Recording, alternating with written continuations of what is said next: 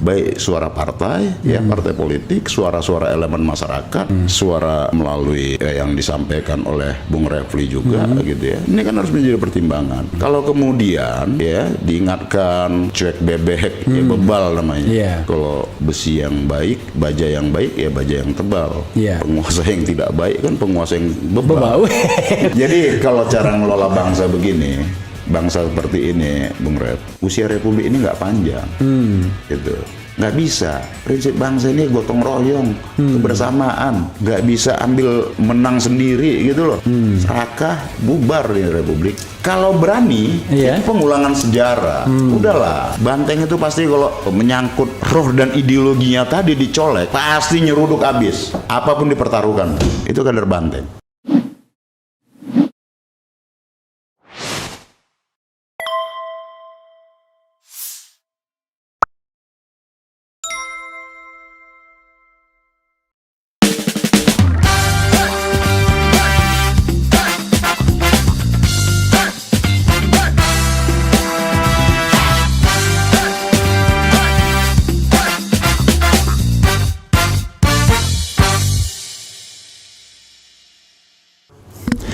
Assalamualaikum warahmatullahi wabarakatuh, Sobat RH sekalian. Jumpa lagi kita di channel yang keren ini. Keren jadi. Saya sengaja pukul keras-keras karena di depan saya ada kolega saya ya, yang sudah lama saya tidak bertemu ya, dari The Ruling Party. Tapi sekarang suaranya, wah ini agak ngeri-ngeri sedap. Mas Intan Pasaribu. Siap. Halo bro. Selamat sore bro. Om. Oh oke, luar biasa. Coba kalau ente di TV mana bisa begini-begini. Di sini kita bisa ya. Oke. Saya biar objektif ini ya, Bro Mas Inton ya. Saya akan buka Google, ya kan? Lalu saya ketik Masinton Pasaribu. Saya pastikan Masinton tuh S-nya 1, Pasaribu S-nya 1 juga. Lalu saya enter. Tanpa ada 24 jam terakhir atau 1 minggu terakhir, tapi saya buka begitu aja. Beritanya gini. Dan ini laporan terhadap Masinton soal Luhut Brutus Istana masih diproses MKD DPR. Kemudian Luhut kembali ditunjuk Jokowi untuk urus minyak goreng. Masinton Pasaribu, apalagi ini harus saya klik ini karena terputus dia. Lu lagi makin gak kredibel, kira-kira begitu ya. Kemudian ini, ntar kita balikin lagi itu ya. Kemudian heboh ojo ke susu Jokowi, Masinton PDIP tegas, capres di tangan Megawati, tak bis apa bisnya? Kita buka lagi terpaksa ya. Tak bisa diganggu gugat, rupanya gitu ya. Oke. Jokowi tunjuk Luhut sama ya, urus minyak goreng. Masinton Pasaribu makin tidak apa gitu ya. Oke. Jokowi pamer kemesraan dengan Ganjar di acara Projo. Masinton PDIP, nah, harus kita klik nih. Capres di tangan Megawati tak bisa diganggu gugat, sama dengan tadi ya. Kemudian di sini, oke, coba kita buka 24 jam terakhir. Jangan 24 jam, 1 minggu terakhir gitu ya. Seminggu terakhir apa saja ini isunya? Kurang lebih sama isunya. Masinton Pasaribu lebih tertarik bahas anggota Projo teriak apa ini? Teriak apa? Teriak 3 periode. Nggak maksudnya nggak jelas ini apa ya. Kemudian Masinton Pasaribu PDIP lagi sibuk urus rakyat, nggak mikirin koalisi. Oke, ini kayaknya menanggapi yang ini nih 31 ya, 1331. Oke. Soal capres tunduk pada keputusan dan lain sebagainya. Oke, nah ini ngeri-ngeri sedap ya. Makanya Refli Harun undang ya kan. Cocok. Jadi kita akan bicara tentang 4 nama ini, ya kan? Mau tidak mau, Mbak Mega, Bu Mega, kemudian Ganjar, Luhut, dan terakhir tentu saja Puan Maharani ya. Oke, saya ingin memulai dari suara Masinton terakhir. Kayaknya kritis banget terhadap Luhut Binsar Panjaitan. Oke, silakan, ya kan? Iya, jadi gini, Om Refli. Dan jangan lupa, ini live. Iya, jadi karena ini live, yang cadas. Dan yang nonton sudah 922 nih, yang watching now ya, yang watching now. Channel Om Refli. Jadi pertama, kalau kita melihat ininya, konteksnya adalah bukan terhadap personal tentu Om Refli. Kita ini kan menganut sistem presidensial, bukan parlementer. Kalau kemudian dalam praktek pemerintahan itu seakan-akan diciptakan ada menteri utama, ada menteri yang seakan-akan ya prime minister itu, perdana menteri lah apa seperti itu ya, bahkan menteri atasi segala urusan. Wah, semuanya lah itu. Nah, ini kan keliru gitu.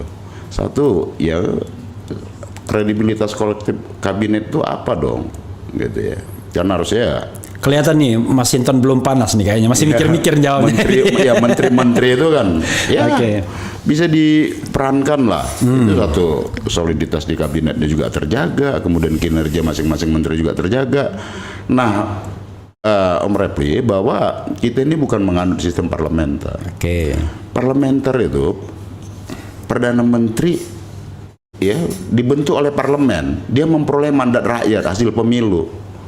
Nah ini kan kacau, iya kan? Ini yang diangkat oleh presiden, nggak ada mandat langsung dari rakyat, ya. Kemudian mengurusi banyak hal, dan presiden jadi urusannya persoalan ya seremoni dan simbolik aja jadinya.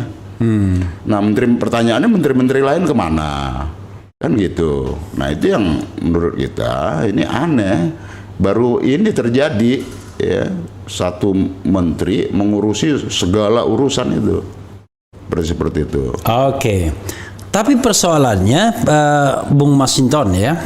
Saya panggil Bung karena saya bilang kalau Bung itu masih punya peluang jadi presiden. Amin. Karena Bung ya kan. Kalau Bang paling DKI ya kan. Kalau Mas Solo. Kira-kira begitu ya. Nah, Bung Masinton, tapi kan orang tanya, loh presidennya kan Pak Jokowi, presiden dari PDIP. Iya. Kan tetap harus kita ingatkan dong, dalam konteks kenegaraan ya harus kita ingatkan, dalam konteks kepentingan bangsa ini harus kita ingatkan. Mau kawan sendiri pun, katakan Bung Refli nih kelak menjadi presiden. Amin, amin juga. Ya, kita amin kan dong. Iya kan? Bila perlu presiden itu 5 biji. Iya, terus melakukan hal yang sama yang nggak pas dalam konteks ketatanegaraan kita, tetap harus kita ingatkan.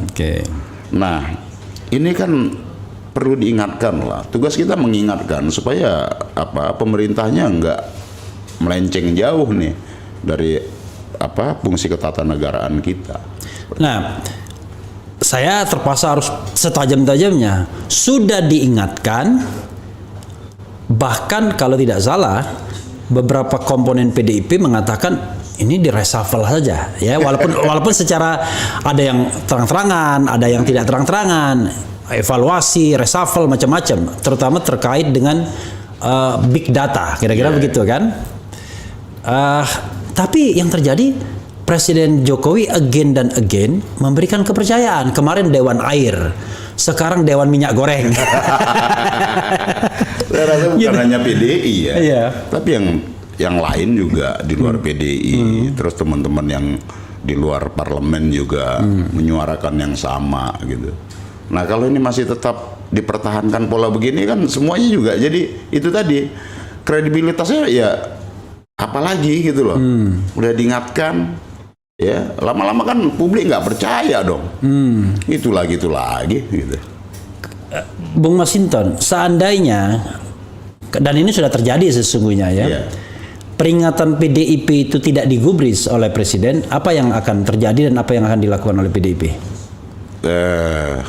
Itu apa ya? Ya kalau sikap kami ini kan tergantung dari sikap partai secara kelembagaan. Nah, tentu penugasan menteri itu prerogatif presiden. Iya. Tapi meskipun itu prerogatif presiden, kan juga harus mendengar dong suara-suara di luar istana itu. Iya. Baik suara partai, ya partai politik, suara-suara elemen masyarakat, suara melalui yang disampaikan oleh Bung Refli juga gitu ya. Ini kan harus menjadi pertimbangan. Kalau kemudian ya diingatkan ya cuek bebek, ya bebal namanya. Iya. Iya kan? Kalau besi yang baik, baja yang baik, ya baja yang tebal. Iya kan? Iya. Penguasa yang tidak baik kan penguasa yang bebal. Bebal. Luar biasa. Berpantun pula dia, ya kan? Harap dimaklum dari Sibolga, ya kan? Jadi datang dari Sibolga ke Jakarta, ya kan? Membawa raga, tapi pulang bawa harta. Pergi bawa raga, pulang bawa harta. Amin. Dari Sibolga ke Jakarta, pergi bawa raga, pulang bawa harta. Itu penting itu untuk orang Sibolga ya, untuk orang Sibolga. Ya tapi orang tetap ingin tindakan yang firm dari PDIP, atau ya udahlah main katakanlah main tarik tambang aja, kadang ulur, kadang tarik begitu. Ya itu kita gimana ya mau bilang mengintervensi presiden kan juga nggak mungkin dong. Ya kita kan tahu batasan juga. Ya. Ya itu prerogatif presiden. Ya tapi ya mbok suara-suara masyarakat itu jadi pertimbangan dong. Iya kan. Ya, Bung Masinton, saya ini terpaksa saya lebih tajam lagi nih. Mohon maaf nih. Harus ya kan? tajam. Saya kan sudah melihat tuh dari periode pertama. Ada 3 orang yang quote unquote tidak terlalu diterima oleh kalangan PDIP. Ya kita frankly speaking kan pendidikan publik juga kan. Yaitu 1 Luhut Binsar Panjaitan, kedua Rini Sumarno, dan ketiga Andi Wijayanto. Sebutan kepada mereka trio macan. Kira-kira begitu. Ya kan? Nah, dari ketiganya Rini Sumarno sudah diusulkan untuk diberhentikan menggunakan prerogatif presiden. Waktu itu Rieke Diah Pitaloka yang tanda tangan kan? Oke, sebagai ketua pansus waktu itu. Dan konon yang tanda tangan wakil dari pimpinan DPR itu Fadlizon, karena waktu itu Setia Novanto kagak ada. Oke. Tapi sampai akhir masa jabatan cuma dilarang di DPR saja, tapi 1 periode selesai. Yang kedua Andi Wijayanto dari sekretaris kabinet, kemudian akhirnya diganti betul. Ditempatkan kader PDIP Pramono Anung di sana. Walaupun sekarang Andi Wijayanto Gubernur Lemhanas itu cuman barangkali tidak terlalu penting bagi the ruling party karena tidak menentukan kebijakan negara secara langsung kan. Tapi big data. Oh big data. Oh big data di sana ya. Allah Akbar. Oke, di sana ya big data. Oke. Nah, dan kita tahu terakhir adalah Luhut Binsar Panjaitan. Luhut Binsar ini sobat daerah sekalian, ini mohon maaf nih kalau saya keliru. Itu bapak baptisnya Andi Wijayanto. Yang saya tahu ya, kan begitu. Nah, Luhut juga cuma digeser saja dari KSP ya ke Menko Polhukam dan sekarang Menko Marifest, awalnya Maritim Tok ditambah investasi. Tetapi mau ditempatkan di mana, Luhut is Luhut. Ya kan? Tetap saja Luhut is Luhut. Nah, masalahnya ya, kenapa PDIP kemudian merasa kok 3 orang ini quote unquote, saya nggak tega ngomongnya, nggak disukai. Kadang-kadang ngomong terus terang itu nggak enak juga ya. Oke, gitu aja. Oke. Nggak disukai itu apa ya? Dulu tuh ada rumah transisi namanya. Iya, rumah transisi. Oke, itu menjelang Pak Jokowi dilantik, ya kan? Ada rumah transisi yang dipimpin oleh periode pertama. Ya, kan? Periode pertama Bu Rini ya. Ketika presiden masih Pak SBY. Iya. Ya, jadi sebelum dilantiknya Pak Jokowi. Iya. Oke. Nah, rumah transisi itu kan kemudian bukan hanya PDI, saya rasa yang komplain ya. Termasuk partai pengusung lainnya juga, pengusung Pak Jokowi juga komplain kalau nggak salah. Iya kan, baik itu Pak Surya Paloh, Pak JK juga dia komplain karena itu kemudian jadi pintu masuk kan. Oke. Buat mengendorse banyak kepentingan lah di situ. Nggak rumah transisi. Oke. Jadi maksudnya kita melihat gejala itu dan kemudian kan ketika pembentukan kabinet apa segala macam, itu kan lebih banyak semacam dari situ tuh pintunya. I see. Jadi intinya adalah yang capek partai politik, tapi orang lain yang menikmati, kira-kira begitu. Kira-kira pintu begitu lain. Ini harus jelas ya, harus jelas ya. Oke. Ya, jadi tetapi masalahnya adalah di antara 3 orang ini ya yang sama sekali tidak eksis sekarang Bu Rini ya. Bahkan Bu Rini sendiri kesannya tidak cawe-cawe lagi, nggak tahu kalau di belakang ya. Nah, tapi 2 orang ini masih eksis, dan kalau tadi dikatakan big data di sana, wah ini tambah kuat nih, jangan-jangan. Gimana tanggapannya? Lah iya, mungkin saya nggak tahu, presiden butuh orang kepercayaan kali, ya kan, sehingga percaya terhadap orang yang sama terus. Yeah. Dan kemudian presiden butuh orang yang bisa diandalkan untuk mengeksekusi banyak program kali kan. Mungkin saja seperti itu. Tapi kan lagi-lagi ini kan organisasi pemerintahan demokrasi. Dalam era demokratis ini nggak ada lagi sistem yang namanya prak cepat apa begitu. Ya kan, kalau dalam organisasi militer mungkin ya hierarki komando begitu, mungkin cara itu efektif.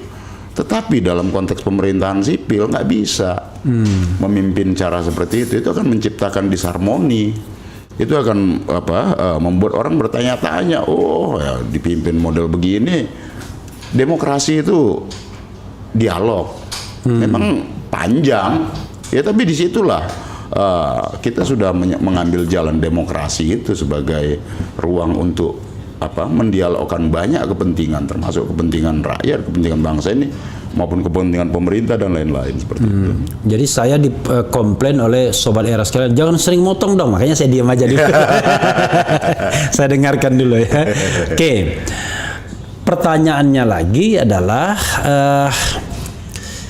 ketika pembentukan tim kampanye nasional TKN, kebetulan Bung Masinton ini adalah orang PDIP yang kedua yang ke sini. Yang pertama Bitor. Nah, ketuanya kita tahu Erick Thohir, ya kan? Wakil ketuanya Muldoko.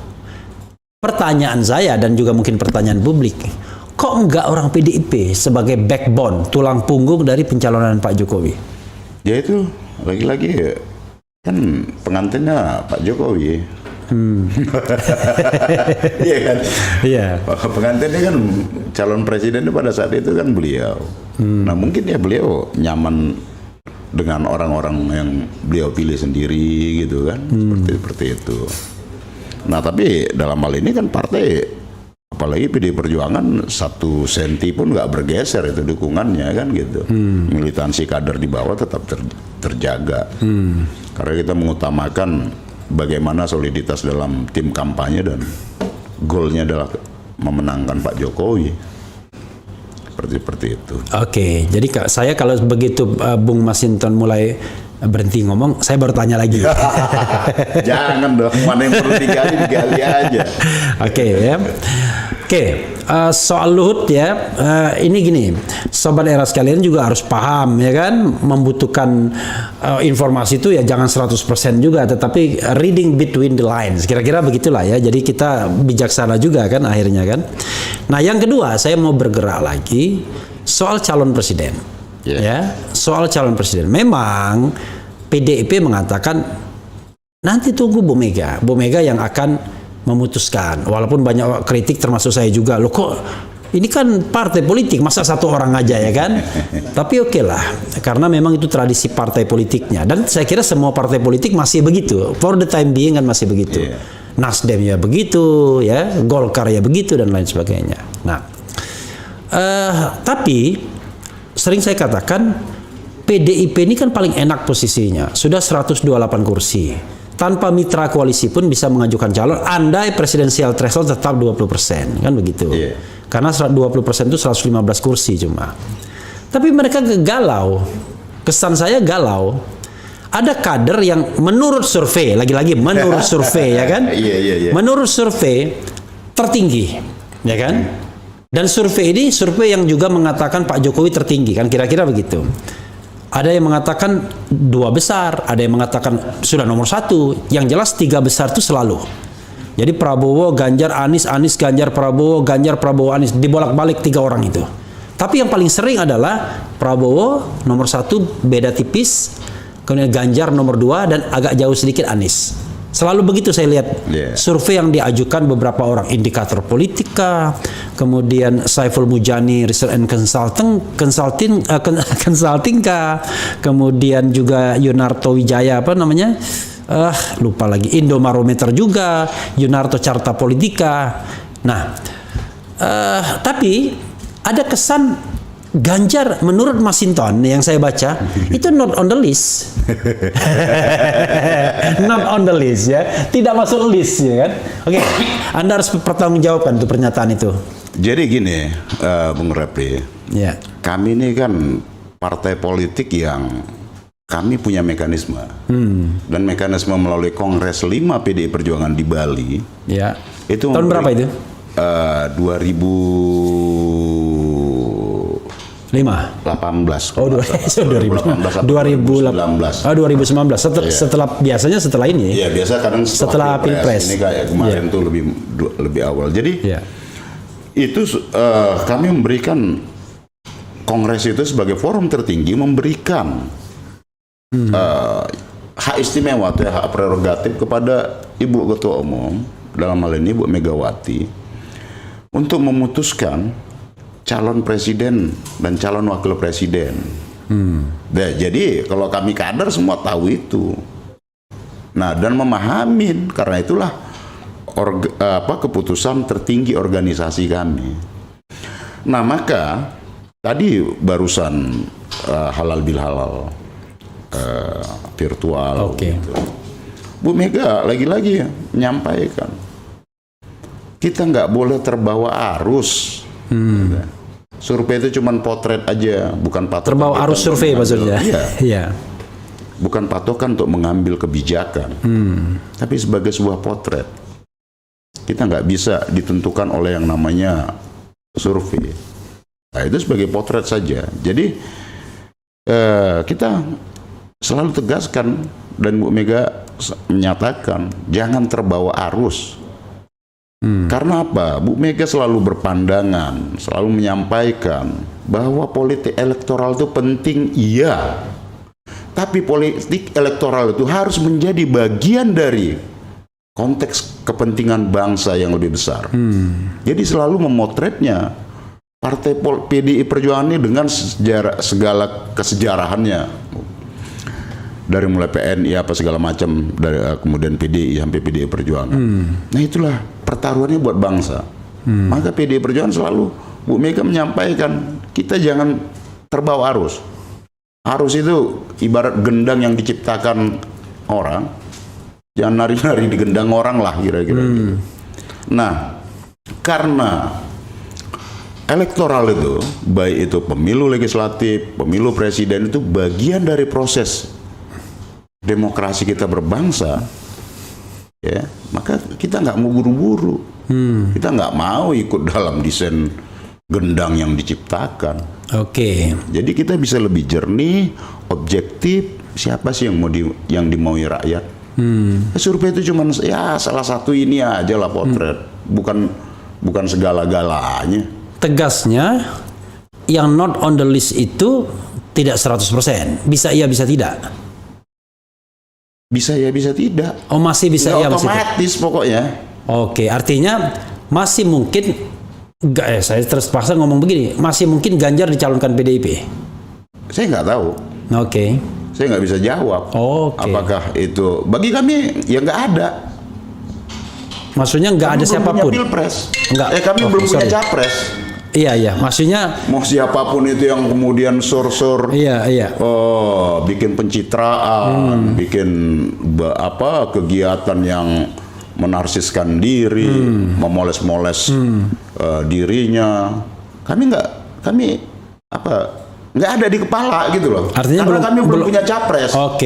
Belum punya capres. Capres dan cawapres itu nanti diputuskan oleh partai, dalam hal ini Bu Mega. Jadi di kepala kami masih kosong nih. Kira-kira kapan Bu Mega memutuskan itu?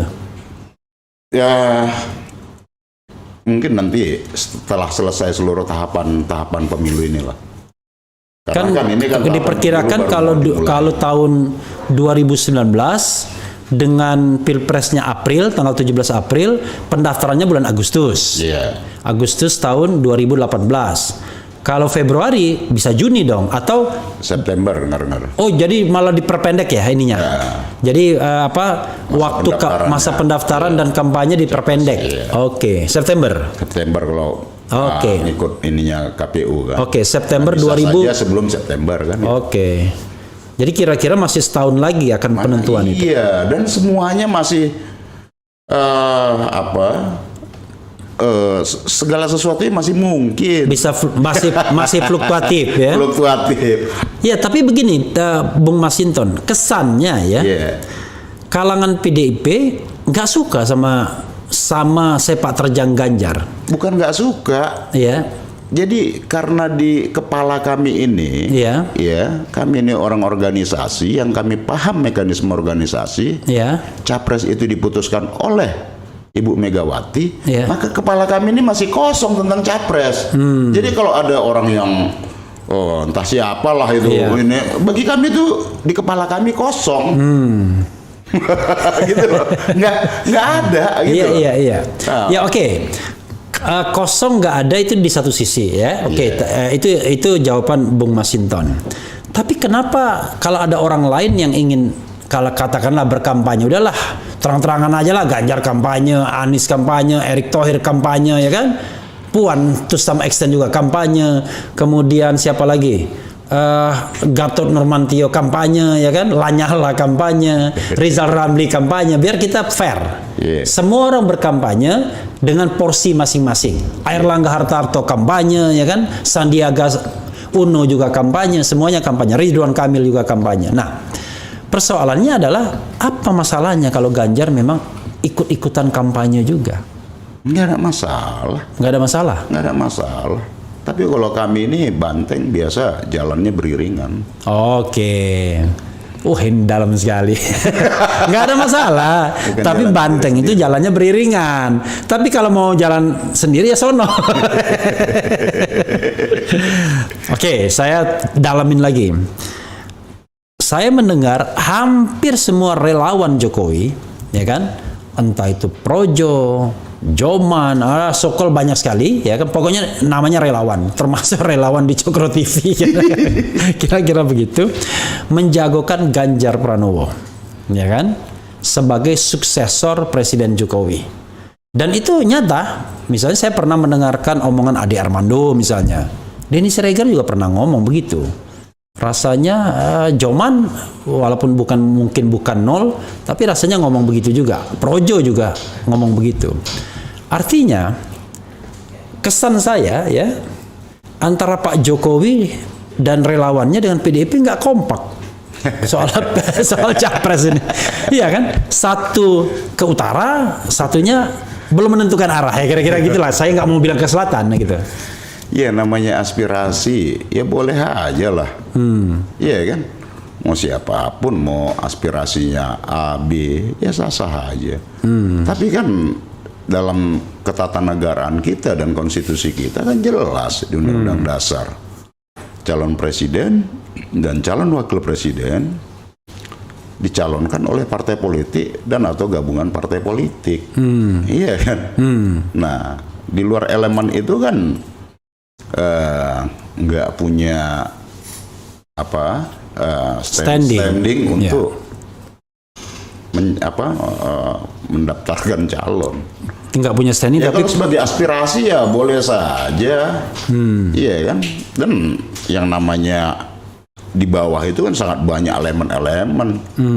Iya kan? Gitu. Lagi ya, Ganjar Pranowo diyakini oleh pendukung Jokowi, kalau saya tangkap begitu, adalah presiden yang tinggi elektabilitasnya. Ya, Yunarto Wijaya baru saja menyatakan hal tersebut misalnya. Gimana kalau Ganjar tidak dicalonkan PDIP, tapi diambil partai politik lain? Ya kita kan nggak mau berandai-andai. Oh, nggak mau berandai-andai. Artinya kalau itu terjadi, artinya keluar dari PDIP. Ya kalau di PDI kan begitu mekanisme organisasinya. Oke, jadi soalnya kan sekarang ini ada 3113 soalnya. Ada Golkar, PAN, kemudian P3 yang konon katanya ini untuk kendaraannya alternatif, kira-kira begitu ya kan. Cuma begitu saya tanyakan ke Bang Zulhas, ini bisa untuk Ganjar? Bisa jadi. Ya, menarik juga. Untuk Anies bisa jadi, bisa jadi juga. Cuma untuk Prabowo saya nggak yakin karena Prabowo kan sudah punya kendaraan sendiri yang cukup ambil satu mitra koalisi dapat dia kan. Oke, untuk saya ingin wrap up ya, Bung Masinton. Untuk soal Luhut ya, saya ingin firm sikap politik PDIP apa? Soal Luhut, sikap politik PDIP hari ini yang current. Kalau misalnya sikap itu dikaitkan tuntutan, silakan. Apa sikap kita? Ya. Kalau PDI nggak ada sikap terhadap itu. Oh, nggak ada sikap ya? Nggak ada sikap apa-apa. Tapi saya dengar Mas Hinton ngomong, Deddy Sitorus ngomong. Ya dalam aspek kita kan sama-sama anggota DPR, legislatif, fungsi pengawasan terhadap pemerintah. Ya mbok pemerintah. Ya, ada banyak menteri kok. Oh, itu aja. Oke, jangan lu lagi ya kan? Iya, itu kan menyangkut kredibilitas pemerintah sendiri di mata publik. Oke. Iya kan? Terhadap Ganjar ada sikap, ada statement, ada pernyataan? Nggak ada. Nggak ada juga. Iya. Sampai saat ini masih sama-sama kader. Nah, beliau bertugas di eksekutif sebagai kepala daerah Jawa Tengah. Gitu. Nah, cuma kan publik melihat begini, ada acara kok Ganjar nggak diundang, dan itu sering, bukan sekali. Tiba-tiba ada acara projo gantian, ya kan? Ganjar yang datang sama Muldoko bahkan ya kan? Itu kan publik kan menangkapnya, loh, ini kayaknya makin meruncing ini. Ya, saya ngomong apa adanya orang Sumatera kan, gitu. Itu kan dinamika di Jawa Tengah. DPD Jawa Tengah. Ya mungkin pada saat itu ada acara yang sama kali. Kita juga nggak tahu. Itu kan konteks Jawa Tengah aja. Iya. Gitu loh, gubernur dengan DPD partai di Jawa Tengah.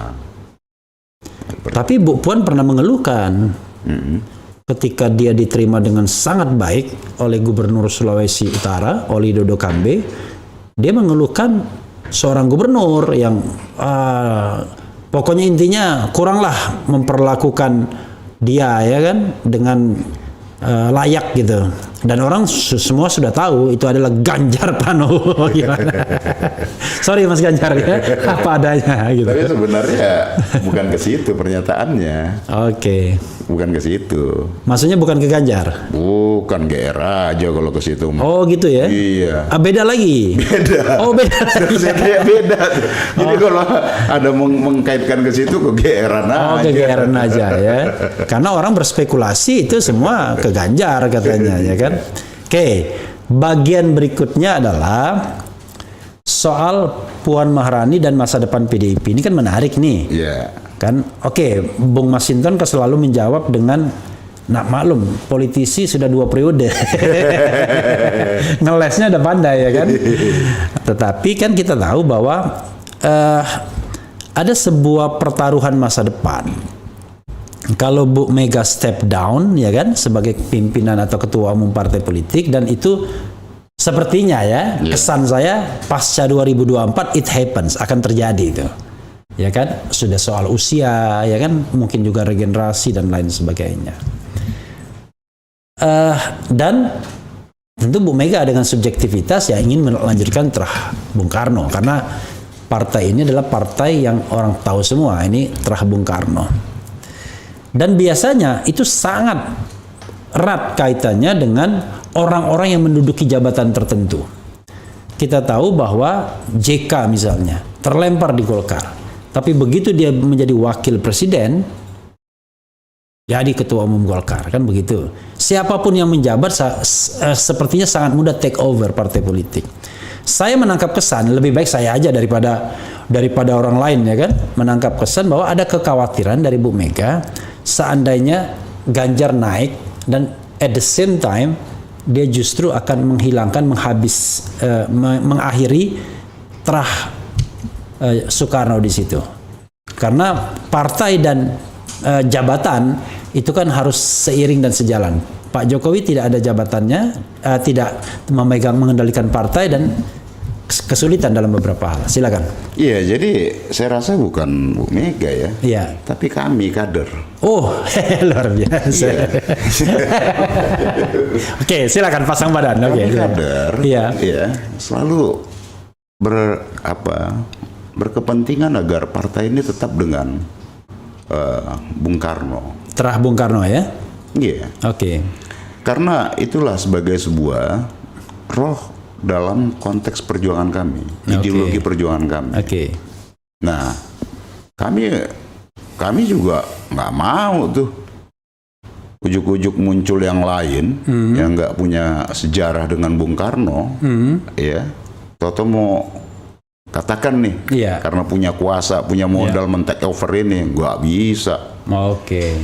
Sejarah partai ini sejarah perebutan. Oke. Dan ini dioperasi dari lama. Jadi kami nggak bisa begitu. Pasti kami akan lawan. Kader di akar rumput akan melawan itu. Oke. Nah, karena apa? Kalau kita lihat Bung Repli, tonggak Republik ini ya PDI. Kalau kita runut sejarahnya dari mulai PNI. Iya. Iya kan? Iya. Nah, Bung Karno dengan ide merdekanya. Saya bilang iya nih, saya menghargai, bukan berarti membenarkan. Iya. Mendengarkan. Oke, iya, Pak. mendengarkan. Oke. Jadi itu. Nah, ketika awal Orde Baru pengen dihilangkan ini, difusikan PNI, kemudian dengan 5 partai Iya. menjadi PDI. Iya.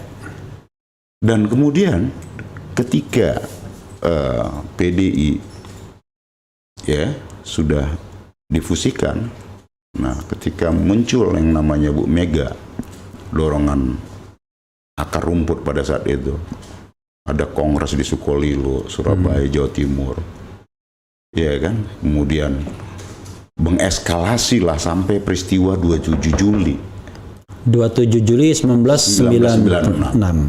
Oke. Iya. Nah, itu sebagai bagian dari proses sejarah perlawanan terhadap rejim lah, itu berpuncak pada kemudian 98 kan. Nah, artinya kader-kader di bawah itu ingin PDI Perjuangan itu dengan Bung Karno, berjuangnya dengan Bung Karno, bukan dengan yang lain. Nah, itulah Dengan Bung Karno, sejarah ya? kepartaian kami. Bukan dengan Ganjar Pranowo. Saya menggoda aja. Itulah sejarah Oke. PDI Perjuangan. Lahirlah PDI Pro Mega dan kemudian untuk pemilu menjadi PDI Perjuangan. Jadi sejarah partai ini adalah sejarah perebutan. Nah, kenapa PDI ini yang dilihat seksi sebagai tonggak partainya, partai kebangsaan ini, partai Republik, gitu. Nah, sehingga semua orang berkepentingan untuk melenyapkan PDI ini, mengambil alih PDI lah, kira-kira Take melenyapkan over, ya? Bung Karno. Ya sudah, selesai tuh elan ininya. Partai ini tercerabut dari roh dan ideologi perjuangannya. Ya cuman menjadi partai elektoral, partai yang nggak memiliki roh. Ya sama seperti zombie lah. Gitu. Nah, jadi kalau kita lihat sejarahnya, Bung Repli, ya sejarah PDI Perjuangan itu ya itu. Sejarah memang ada, kita nggak tahu lah ya. Dan ini selalu lebih ada yang tidak kelihatan ingin mengambil alih. I see. Dan ini lebih substantif dari sekedar jabatan presiden. Oh ya? iya. Oke. Nah, bagi kami tentu ya kalau ada pihak yang apa, itu pasti akan mendatangkan perlawanan lah. Sejarahnya begitu. Tapi Bu Masinton merasakannya ada pihak-pihak yang ingin take over. Sekarang sih belum. Karena Entah kalau sudah berkuasa ya. iya pasti juga. Iya. Kalau berani, Iya. itu pengulangan sejarah. Udahlah, Banteng itu pasti kalau menyangkut roh dan ideologinya tadi dicolek, pasti nyeruduk habis. Apapun dipertaruhkan, itu kader Banteng. Oke. Makanya dibilang biar gepeng tetap banteng. Luar biasa ya. Kan saya gara-gara banteng ini kan kalau orang orang dari beliau bilang ganteng itu ganteng ya kan. Partainya boleh banteng ya kan, tapi orangnya tetap ganteng. Ganteng kali. Ganteng kali ya kan. Oke. Itu. Digelitik-gelitik banteng geli ya kan. Rupanya kawan ini ganteng kali. Oke, Bung Masinton luar biasa ini ya. Nah ini dari Yahdi ya, bagaimana tanggapan Pak Masinton mengenai PT 20%? Ini bukan pesan sponsor ya, saya baca aja di sini. Oke, Bapak di save dulu. Nah, saya bacakan lagi yang lain yang bisa dijawab. Kemudian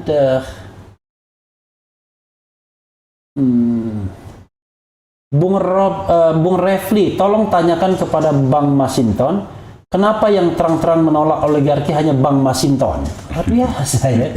Ini murni sikap individu, apa memang mewakili dari partai?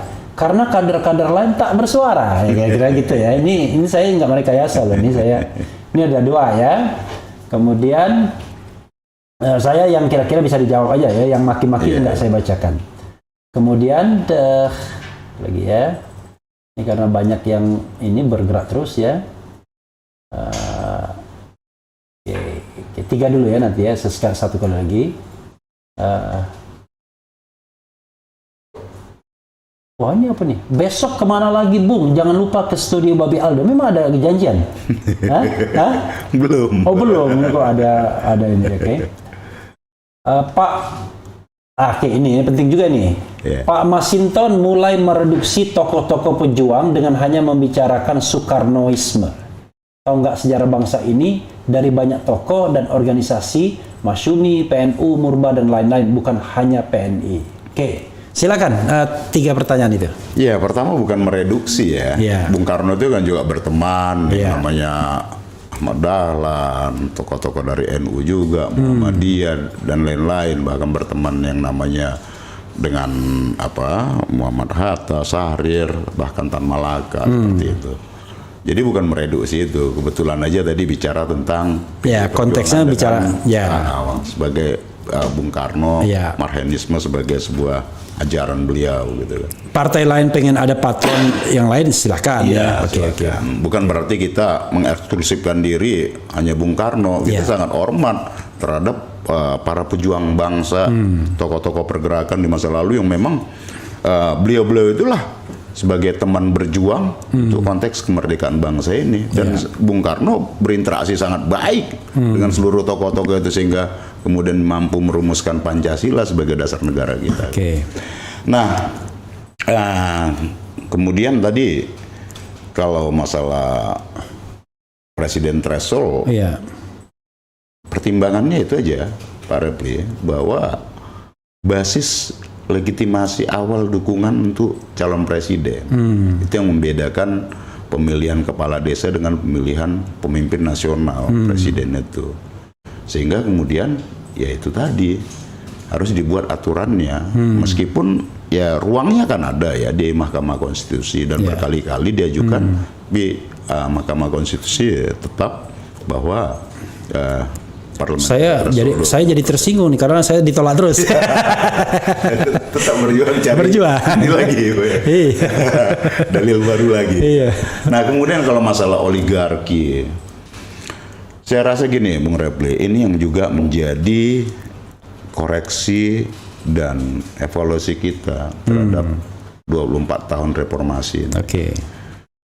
Dan Bung Masinton komponen reformasi kan, pokoknya anak-anak reformasi kan. Zaman Orde Baru yang kita tentang gitu ya, dia melahirkan konglomerasi, kroniisme. Nah, konglomerat ini sebagai operator, paling banter dia jadi donatur, Pak. Kan kalau ibarat di rumah itu dia hanya ada di pekarangan. Nah, sistem kronisme aja itu kita kritik, kita tentang. Ini jauh lebih parah, Pak. Dia operatornya, dia regulatornya, Dan dia sekaligus eksekutornya, Pak. Oh gitu ya. Ini bahaya bener. Dan nama dia itu siapa? Apa? Nama dia itu siapa? Jadi tadi yang saya bilang pengusaha tadi, Saya hanya oligarki menggoda. pengusaha itu. Dia itu maksudnya yang kelompok oligarki Oke. kapital ini, oligarki pemodal atau pengusaha. Saya pikir Bung Masinton mau nyebut nama. Oke, silakan. Jadi ini kan bahayanya di situ, Pak Refli. Saya rasa ya ini harus kita akhiri lah cara-cara ini. Ini udah nggak benar, Pak. Jadi ini jauh lebih parah dari Orde Baru. Karena dia pemain, dia juga regulator, ya. Iya, dan dia eksekutornya juga. Iya. Jadi itu yang kata Rizal Ramli peng-peng itu. Iya, Penguasa pengusaha jadi satu. betul. Nah ini kita ambil aja lah minyak goreng. Itu kan contoh faktualnya tuh. Berbulan-bulan kejadian minyak goreng, kelangkaan minyak goreng, rakyat jadi korban, ngantri di mana-mana. Kemudian negara nggak bisa ngapa-ngapain. Tahu masalahnya, tapi diam. Karena bagian yang di negara itu juga bagian dari itu tadi.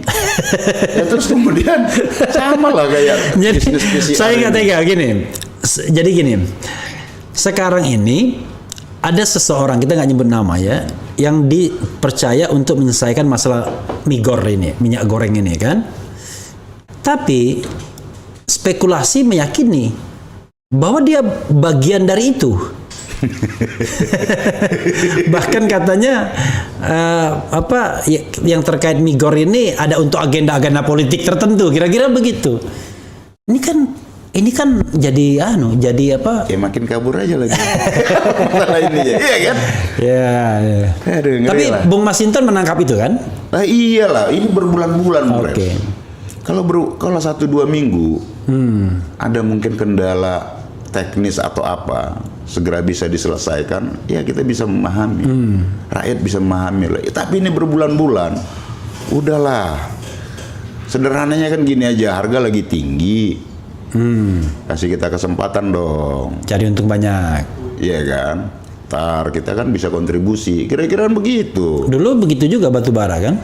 Ya, jadi Begitu luar negeri tinggi ya dibuka. betul.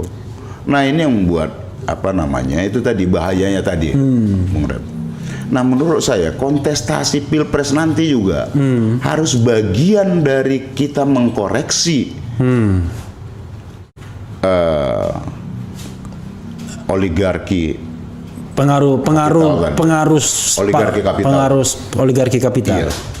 Karena itu yang terjadi. Nah, mereka inilah yang kemudian menumpang di ruang-ruang demokrasi ini, Pak.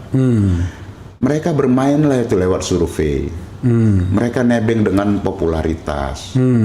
Mereka ciptakanlah itu situasi untuk mengarahkan apa ini dengan survei tadi. PDIP merasa terkecoh. Apa? Merasa terkecoh. Kita nggak mau mengacu pada, ya itu tadi nggak mau terbawa arus. Enggak, maksudnya dengan fenomena kemarin-kemarin di mana peran oligarki diyakini besar ya, terutama mungkin pada pilpres terakhir barangkali, PDIP merasa terkecoh. Saya rasa bukan hanya terkecoh, tapi ini kan menjadi keresahan bersama lah. Oke. Negara ya nggak. Jadi bukan kalau lagi negara, partai yang menentukan politik kita, atau bukan lagi formal politik, Iya, tapi invisible hand tadi ya. betul. Dan ini selalu bermain di ruang itu tadi. Selalu lihat aja ukuran selalu survei. Oke. Kamuflase kan di situ tuh. Termasuk 3 periode juga basicnya survei. Big data. Big data lagi. Iya kan? Ya, itu bukan 3 periode katanya. Kalau big data itu pengunduran. Ya, kan? itulah. Pengunduran. Iya. Mau apa. Tapi itu yang selalu basic yang digunakan. Jadi modusnya simpel banget. Dan bagi mereka, kekuatan uang itu bisa membeli apa saja. Termasuk keputusan-keputusan politik. Bahkan sak kendaraannya bisa dibeli. Dan Ini PDIP bahaya. merasakan ini. Apa? Artinya gini, kan orang mengatakan kan dari ruling partinya PDIP, tapi kok kesannya PDIP malah yang katakanlah dipinggirkan gitu, dalam kasus oligarki ini? Ya, fungsi partai kan selalu mengingatkan dong, memberikan ingatan, ya kan, selain fungsi-fungsi edukasi dan lain-lainnya. Nah, kita harus ingatkan agar bangsa ini tetap berjalan pada rambunya. Nah, itu yang selalu saya masih ingat betul almarhum Pak Taufik Kimas. Lalu tuh kalau kita lagi ini nggak bisa, harus ada, nggak boleh ambil semua. Kalau mau duit, ya udah usaha aja, jangan juga ikut politik gitu, ikut jabatan juga, kekuasaan. Biasanya pilih dong, gitu. Sehingga semua terbagi. Jangan semuanya diambil. Nah, ini kan semua diambil. Sekarang ini ada orang yang dia tidak punya tidak menjadi ketua umum partai, tapi dia bisa mengendalikan partai. Jadi kalau cara ngelola bangsa begini, bangsa seperti ini, Bung Rep, usia republik ini nggak panjang, gitu, nggak bisa. Prinsip bangsa ini gotong royong, kebersamaan, nggak bisa ambil menang sendiri gitu loh. Serakah, bubar di republik. Bung Masinton, ada satu lagi yang saya lupa hampir tanyakan mengenai Mbak Puan ini ya, Puan Maharani. Ada spekulasi yang mengatakan, wah ini Puan sudah bakal dipersunting oleh Prabowo, kan kira-kira begitu. Istilahnya persunting kan. Orang selalu mengatakan P2, Prabowo Puan. Tapi Denny JA misalnya mengatakan, wah itu complicated. Kalau Prabowo Puan, ya rugi dong PDIP. Karena Prabowo Gerindra, ya kira-kira gitu kan. Artinya sama saja ngasih karpet merah untuk Gerindra, partai yang berbeda bagaimanapun. Tapi komunikasi seperti itu terjalin terus-menerus. Bahkan Prabowo, kesan saya dia menjadi jangkar dari komunikasi antara Jokowi dan Megawati. Komunikasinya ke Mega bagus, ke Jokowi juga bagus. Ini malah jadi jangkar ini. Yang tadinya ada common enemy bagi PDIP dan kelompok Jokowi, tapi sekarang menjadi jangkar. Oke. Tapi beberapa waktu yang lalu, ini satu ya, mungkin bisa dijawab dulu. Sekalian ini, beberapa waktu yang lalu, tiba-tiba Mbak Puan bilang begini, Puan Maharani, ya semua itu masih terbuka.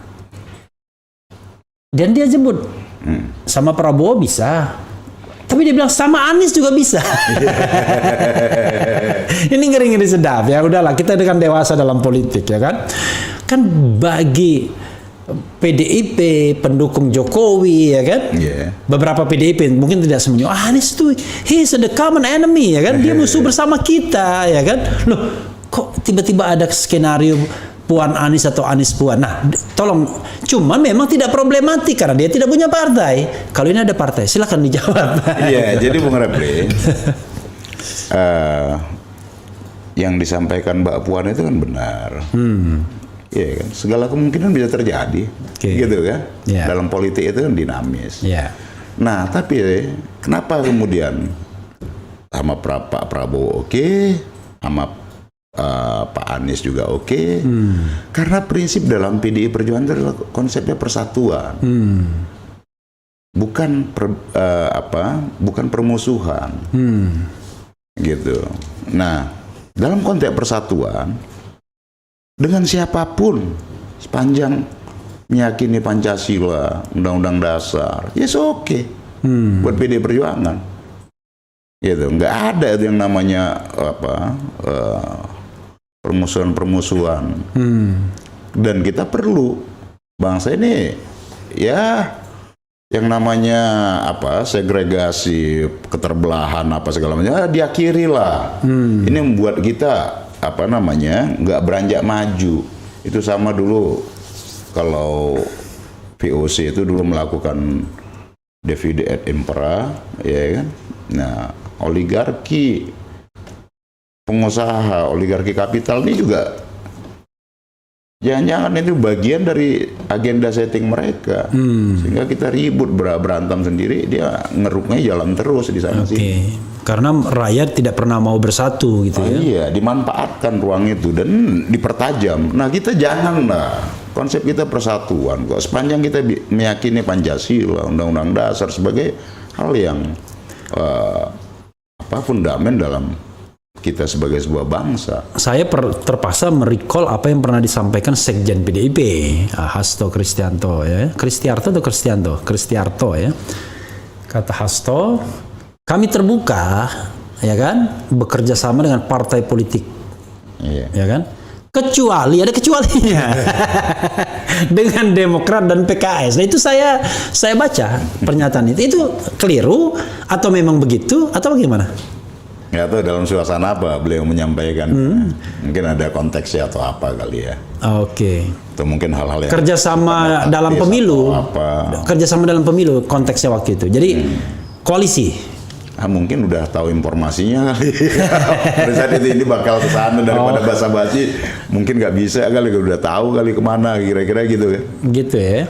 Mungkin aja lah. Mungkin itu. ya. Tapi mungkin. prinsip dalam PD Perjuangan dia persatuan. Oke. Bung Karno dari dulu kan selalu itu yang diutamakan. Bu Mega juga begitu. Ini Bung Masinton ya, daripada saya dimaki-maki oleh penonton sobat era sekalian karena tidak membacakan aspirasi mereka, saya mau membacakan semua aspirasi yang barangkali mohon maaf kalau ada bahasa-bahasa yang agak no problem. No problem ya. Iya, nanti silakan Bung Masinton jawab yang mau dijawab, kira-kira begitu. Jadi biar saya sampaikan semua. Refli Harun ini masih nggak tegaan orangnya soalnya. Nggak apa-apa Bung Refli. Kita kan harus siap menerima cacian, hujatan, pujian, iya kan? Oke. Jangan pujian terus. Ini kan bergerak terus nih, ya kan? Iya. Nah, jadi saya nggak bisa menyetopnya. Wah, kalau dari atas itu terlalu jauh setbacknya. Oke, tapi nggak apa-apa. Nah, gini baru masuk ngomongnya, jangan bela-bela tok tanpa tahu apa yang dibela. Oke. Harusnya Pak Masinton dan PDIP-nya menjadi pelopor tegaknya demokrasi di negeri ini, bukan membatasi warga negara yang berpotensi dan layak menjadi pemimpin di negeri ini. Ini soal threshold tadi kayaknya ya. Kemudian martabak pisang, kalau Pak Anies dipasangkan sama Ahok bakal banyak pendukung Pak Anies yang golput ya, apalagi masih. Tapi ini ngatain Refli mulai mengadu domba LBP dengan Masinton. Ini orang ini selalu menghina saya ini, namanya Rekwel, kata siapa? Para hancur sudah negara diakui kalah dari oligarki. Buka saja semua Bung Masinton. Tetap mewarnai dalam setiap perlunya perubahan di NKRI. Tetap NKRI tapi sistemnya jangan demokrasi karena udah terbukti sistem demokrasi itu merusak kehidupan berbangsa dan bernegara. Ganti sistem aja kalau emang bisa menguntungkan negara. Bang Refli coba cecar dengan pertanyaan ngeri-ngeri sedap. Iya, wakili netizen dong. Apa? Kan sudah saya mewakili netizen tadi kan. Kemudian gawat jawaban Pak Masinton, hebat Pak Masinton. Gawat tapi hebat. Hayo banyakkan duit lah wakakak Ahok Anies. Kemudian maksudnya Pak Masinton mungkin yang disebut 4L kali ya. Yang 4L itu lu lagi ya kan, bukan lu yang lain, lu lagi ya. Oke. PDIP bersandar nama besar Bung Karno boleh, Nasakom jangan ya. Kemudian Bang Masinton, kalaulah boleh PDIP ini mendukung atau menjagokan Ganjar lah, kalau Mbak Puan nunggu lebih senior dikit lagi lah ya. Pak Masinton, kata-kata dong buat Luhut dan Rini Sumarno. Nggak ngerti maksudnya apa. Takut dilaporin Bung ya. Saya menceritakan keburukan sendiri. Kompresor Mbah Kebo sebaiknya pensiun ditemani Genjer Celeng. Kan yang jelas ini. Nggak jelas saya ini apa yang maksudnya. Mungkin. Rezim KKN lebih parah. Sekarang koruptor kalian lindungi dan sekarang kalian biarkan oligarki tahu bahaya, tapi kalian diam saja. Tunjukkan kalau memang berpihak pada rakyat seperti saat dulu di zaman SBY, kalian menangis-nangis karena BBM. Hati-hati politik Bung, kata orang Medan bos, ya kan? Asik, dengerin itu buzzer. Martabak pisang, Ahok Anies ibarat tembakau, enak gandeng sama roti, enak nggak nyambung. Calon Presiden 2024 Bung, Adian Napitupulu. Bang Refli, coba cecar dengan pertanyaan sudah sama. Kemudian ada pasangan Refli Masinton. Ada tambahannya sedikit di ujung-ujungnya. Oke, banyak sekali, nggak mungkin saya bacakan semua. Nanti Bung Masinton bisa bacakan. Dan saya tidak memilih tadi. Saya bacakan sekenanya saja. Silakan Bung, bisa ditangkapi secara umum, mau spesifik silakan. Iya, tadi umpama kalau tadi ada yang bicara Mbak Puan tadi ya, wah, masih terlalu muda kira-kira gitu ya. Tapi ya kita butuh figur-figur yang, menurut saya gini, Bung Refli, kita harus udah mulai mencari pemimpin itu yang punya rekam jejak lah, tertempa, bukan karena penarsisan, bukan karena billboard gitu loh, tapi juga punya ide, punya pemikiran. Nah, orang kadang meng-underestimate Mbak Puan. Itu, tapi ya kita bisa memahami lah, karena itu memang pola yang menurut saya tuh sudah terinstal tuh sejak zaman Orde Baru, debungkarnisasi, desukarnisasi, termasuk pada keturunannya. Nah, saya umpama, kenapa? Ya Mbak Puan itu dikader, Pak. Dari muda tuh ya dikader, dari mulai dinamika politik dulu sebelum peristiwa 27 Juli sampai kemudian banyak peristiwa yang beliau walaupun bukan pengambil keputusan, tapi banyak yang beliau ikut di dalamnya. Beliau ketahui gitu loh. Dari jarak yang sangat dekat. Iya, dengan orang tuanya gitu. Beliau yang orang lain nggak dapat. Iya, beliau juga dikader. Baik dikader oleh Bu Mega, dikader oleh ayahanda beliau, Pak Taufik. Pak Taufik ini unik. Orang selalu prinsipnya itu kebangsaan, kebinekaan. Saya bangga tuh bisa dikader sama beliau. Saya menyesal tak sempat berkenalan sama Taufik Kemas, padahal Palembang saya. Padahal pasonya Palembang, waduh langsung kita. Beliau orang tuanya. Iya kan, Masumi. Iya. Ibunya Murba. Tapi pilihan politiknya ikut Bung Karno. Itu Pak Taufik luar biasa tuh. Jadi dengan Mbak Puan itu, ketika beliau jadi anggota DPR, beliau buktikan, harus buktikan bahwa saya bukan karena di bawah bayang-bayang nama keluarga besar. Ketika dapil beliau di Solo, nyalon 2009. Iya kan, beliau dengan suara terbanyak. Beliau udah berapa periode ya jadi anggota DPR? 3 ya? Dari 2009 ya? Periode kedua kan waktu itu dilantik DPR, kemudian jadi menteri. Nah, ketika beliau pimpinan praksi, beliau mampu mengorkestrasi sikap-sikap politik oposisi PDI Perjuangan melalui praksi di parlemen gitu. Dan kemudian jadi Menko, beliau mampu tuh mengkoordinasi 8 kementerian.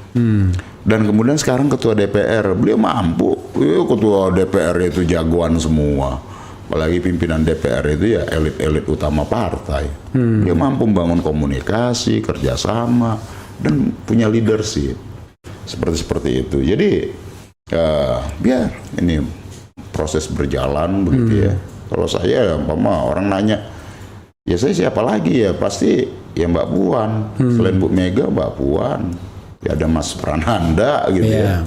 Artinya ada yang tanya, kalau Bu Mega step down, ya kira-kira itulah ya. Ini kan kita realistis saja, leadership. Bisa Mbak Puan, bisa Prananda. Iya. Gitu. Seperti itu. Karena yang intensif dalam proses kepengurusan di partai kan beliau-beliau. Memang dipersiapkan, Pak Refli. Jadi bukan karena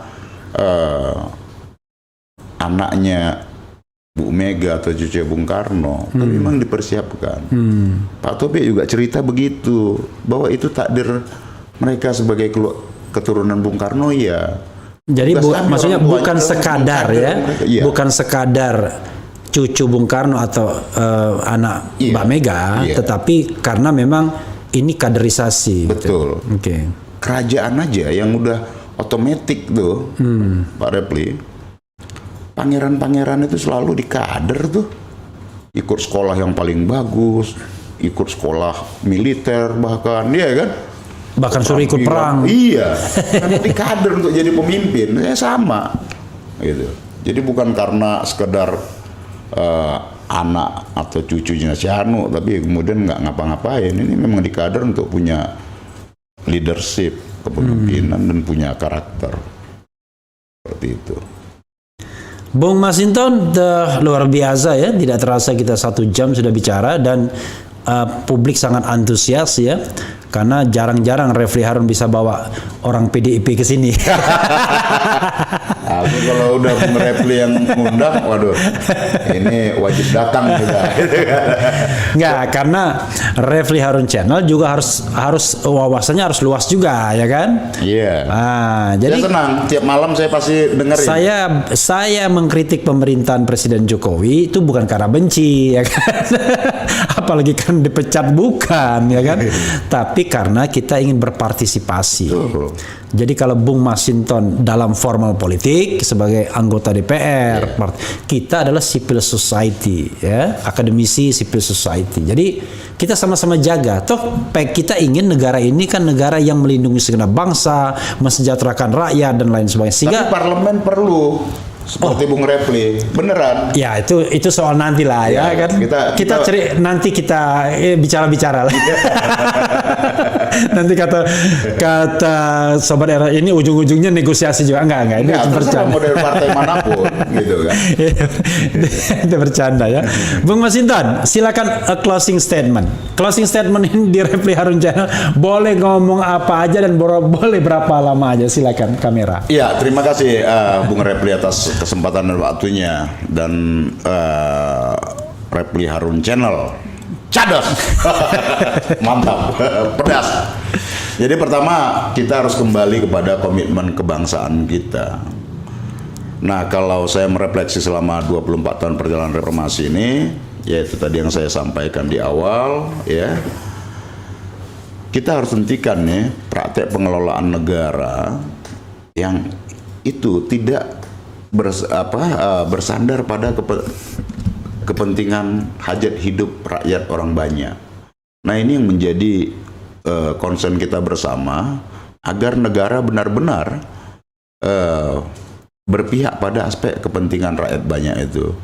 Nah, sekarang kita lihat fenomena kekuasaan yang sangat-sangat mengganas, yaitu tadi dia operatornya, dia regulatornya, dan sekaligus dia eksekutornya, berada dalam dapur-dapur kekuasaan, membuat aturan yang itu ya kepentingan rakyat diabaikan. Nah, menurut saya ini harus menjadi concern kita bersama. Negara harus tunduk pada maunya rakyat, bukan tunduk pada maunya kepentingan oligarki kapital itu. Demikian yang bisa saya sampaikan. Salam hormat untuk Bung Refli. Jaya terus channelnya. Merdeka. Merdeka. Ya, saudara sekalian, tentu semua aspirasi nggak mungkin dijawab hari ini saja. Tapi jangan lupa, besok ada hari lagi, besoknya ada hari lagi. Besok-besok kita undang lagi Bung Masinton ke sini, kan? Siap. Apalagi ada pertanyaan-pertanyaan yang barangkali belum dijawab di sini dan belum saya bacakan juga. Jadi jangan kita habiskan hari ini. Ya, saudara sekalian, itu saja. Terima kasih atas atensinya. Mudah-mudahan nanti kita bisa menghadirkan narasumber-narasumber lainnya. Bahkan bila perlu narasumber yang berkelahi sekalian. Cia. Wassalamualaikum warahmatullahi wabarakatuh. Siap. Yeah.